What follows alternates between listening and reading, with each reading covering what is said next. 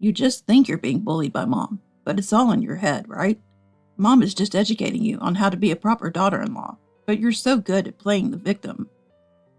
These were the words that came back from my husband, Steve, when I confided in him about the harassment from my mother-in-law, Pamela. She throws the meals I make into the trash and drops the laundry I've hung out on the ground. To Steve, that seems like education for a daughter-in-law. Seeing me speechless, Steve just laughed mockingly. Then he said something unbelievable. My name is Laura. I'm 28 and work as an office worker at a pharmaceutical company. Steve was a college friend, and we married 3 years ago. I lost my parents around the same time I graduated from college. It was such a sudden event, and as an only child, I felt I was doomed to a lifetime of solitude. My parents didn't have much interaction with relatives, so mostly their acquaintances and friends attended the funeral. Without time to grieve, I started working at the company where I was hired as a new grad and met Steve through a friend. Out of pity for me losing my parents, Steve often took me to his parents' house from the beginning of our relationship. His parents welcomed me like their own daughter, and I never doubted our good relationship even after marriage, often enjoying my mother-in-law's cooking. I wanted to continue working even after having children, but if I couldn't leave them at a daycare, there would be no one to help me with parenting, having lost my parents. When I shared this with Steve, he said, Pamela will take care of it. And things went smoothly. I ended up living with Pamela at my in-laws' house. My father-in-law was away on a job assignment, so it was just me, Steve, and Pamela living there.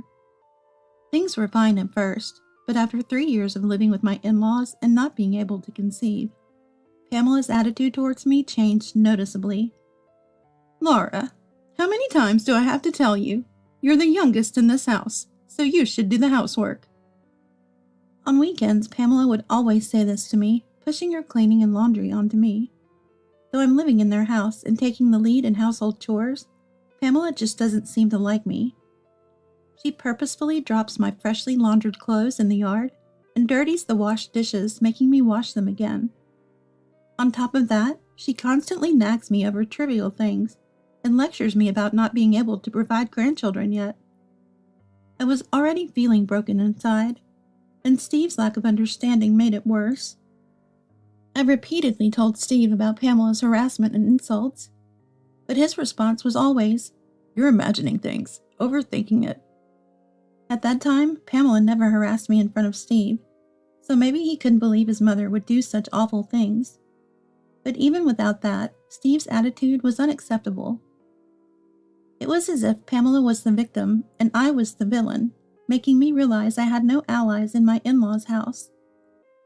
Once Steve showed he didn't believe me, Pamela's harassment intensified. What used to be done behind Steve's back now happened even in front of him, like verbal abuse and harassment. I finally became pregnant around this time. But even as the tough period of morning sickness passed and I entered a stable phase, my heart wasn't light.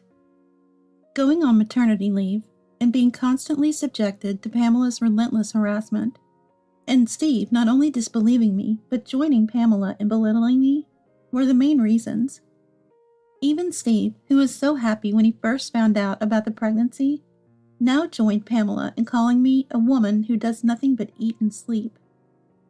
I knew stress was bad for the baby, but I saw no solution. Despite the situation, the only person I could turn to for help was Steve. I decided to have a serious talk with Steve, recounting all the mistreatment from Pamela and hoping for a change in his condescending attitude for the sake of our unborn child. I picked a weekend and approached Steve, who was relaxing in the living room. "Hey, there's something I want to talk about." As I said that, Steve lazily lifted his face from his mobile phone. "Lately, both you and Pamela have been really cruel to me, and when Pamela harasses me, you just ignore it and pretend it's not happening. Can you stop doing that?" Steve, seemingly unsure whether to listen or not, stared blankly into the distance, then mockingly focused back on me. "That's just you overreacting. What Mom does isn't harassment or anything." "How can you say that? Throwing away the food I make without touching it? Deliberately littering my room? Isn't that harassment? Maybe Mom is just trying to educate you to be a proper daughter-in-law. Why can't you understand that? My vision blurred significantly, dizzy from disbelief in Steve's words. I unconsciously placed my hand on my stomach and looked down. There's no way I can raise a child in this awful in-law's house.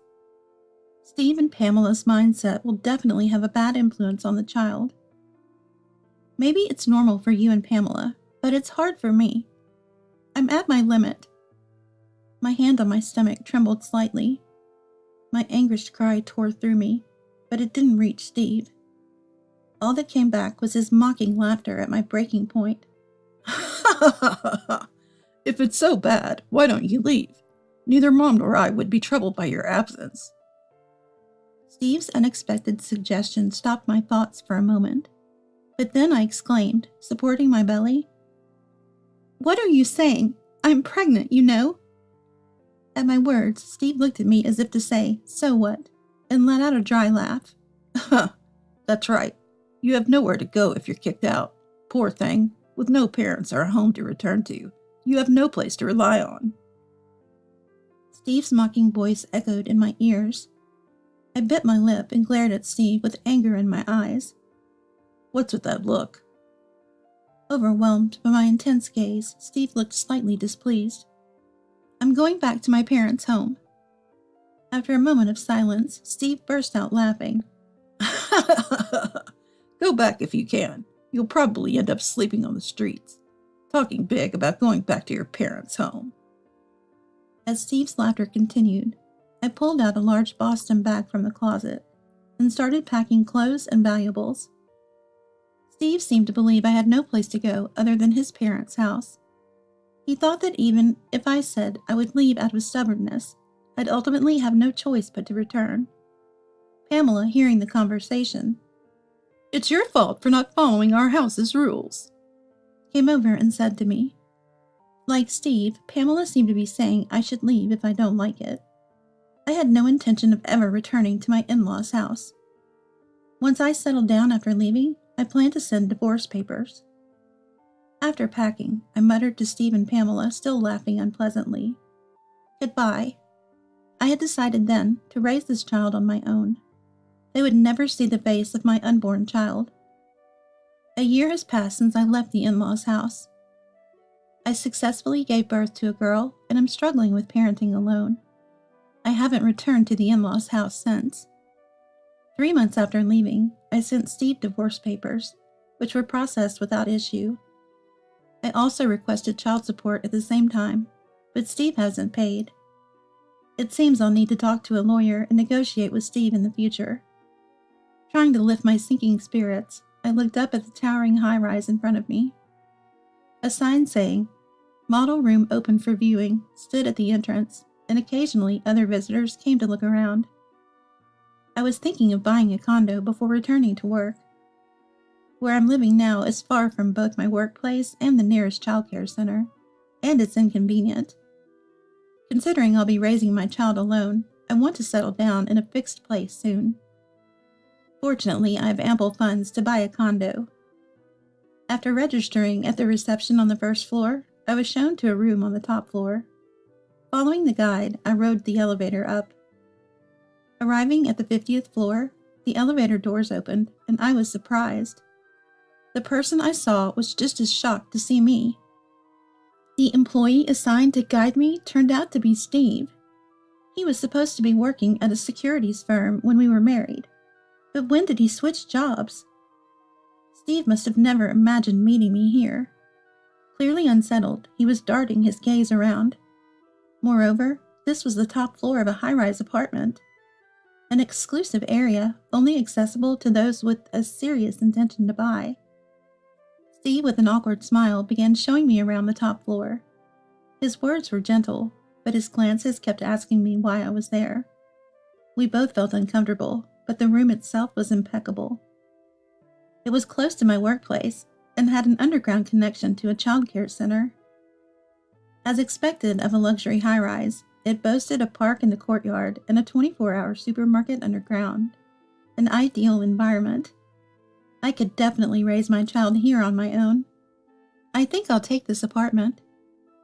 Steve was surprised at my decision. I had come prepared to sign a contract immediately if I found a suitable place. However, Steve didn't bring out the contract, no matter how long I waited. Just as I was about to question him, Steve's lips quivered. There's no way. What? A single mom going through a divorce can't afford the top floor of a high-rise. Steve's face showed a mix of emotions. His expression, neither anger nor jealousy, seemed accusatory. Did you catch some rich guy, or are you doing some unspeakable job? I stepped back as he closed in. No, I just sold my family home for a bit more than expected. Your family home? I then recounted the events of the past year. After leaving my in-laws, I moved back to my family home, which was in my name. Both my parents had passed, and the house was too large for me alone. The impressive water garden, hobby of my father's, must have added to its value. Just before the baby was born, someone wanted to buy it. But that doesn't mean it would sell for enough to buy the top floor of a mansion, right? Steve's skepticism was understandable. The house was old and showing wear. I thought it would only cover living expenses for a while, but the buyer was a well-known wealthy individual. He was more interested in the water garden than the house itself, offering 5 times the market value for it. I explained that the garden was a hobby, not professionally landscaped, and that I barely maintained it. However, the buyer liked the foundation and planned to have a gardener reshape it to his liking. His willingness to pay so much, even after seeing its current state, led me to sell the house. He even added a living allowance to the price, as he felt bad for buying me out. This allowed me to live nearby in an apartment, focusing on childcare without financial worries. Hearing my story, Steve's eyes sparkled briefly. Then his attitude changed, and he humbly apologized. I'm sorry about what happened. Can we start over? Confidence oozed from Steve's face, as if he was sure I wouldn't refuse. But I didn't take his offered hand. I can raise my child and live well without you. I have no desire to live with someone who looks down on others. At that moment, Steve's face turned to anger. His face reddened as he glared at me. You're refusing my offer to remarry you? A colleague with the contract appeared behind Steve. Perhaps he was curious about our long conversation. I glanced past Steve to greet the colleague, but Steve seemed oblivious. A woman being rich is just wrong. Women should just quietly support their men and stay at home. The colleague's face went pale. I silenced his attempt to intervene with a look. Is that all you wanted to say? So you think you can look down on me now that you're rich? You are better off as a lifetime servant in your husband's house. I sighed and turned to the employee standing frozen with a stack of contracts and documents. I can't make a big purchase from a company that employs someone who talks like this. At my words, Steve finally turned around. The employee, realizing he was being addressed, rushed over and profusely apologized, almost scattering the documents in his haste. I'm so sorry. My subordinate was incredibly rude to you. Come on, you apologize too. Urged by his boss, Steve seemed to finally grasp that things were going badly. He apologized repeatedly, along with his boss. Please stop. At my command, the two hesitantly looked up. I won't buy it anyway. I'm sorry. I'll look at other apartments. Their expressions turned to despair at my words. Wait, I take back everything I said. Just this contract. Do you really think I'd make a deal that benefits you after all you've said? Steve drooped defeated. The outcome was clear. It was a loss for Steve, who knew nothing but to look down on others. And the boss, probably hoping that our being ex-spouses would smooth things over, hadn't stopped Steve's tirade, so I didn't feel much sympathy. I liked everything about the apartment, its location, its layout, but it couldn't be helped. I didn't want to spend my money at a company with such people. Leaving them bowed, I left the room. No one saw me off as I rode the elevator alone out of the building. I didn't look back as I walked away, searching for another model apartment. Later, I heard through Pamela that Steve had not only lost the big contract for the top floor of the high-rise, but also faced a pay cut and demotion for his verbal abuse towards me, a client, leading to his resignation.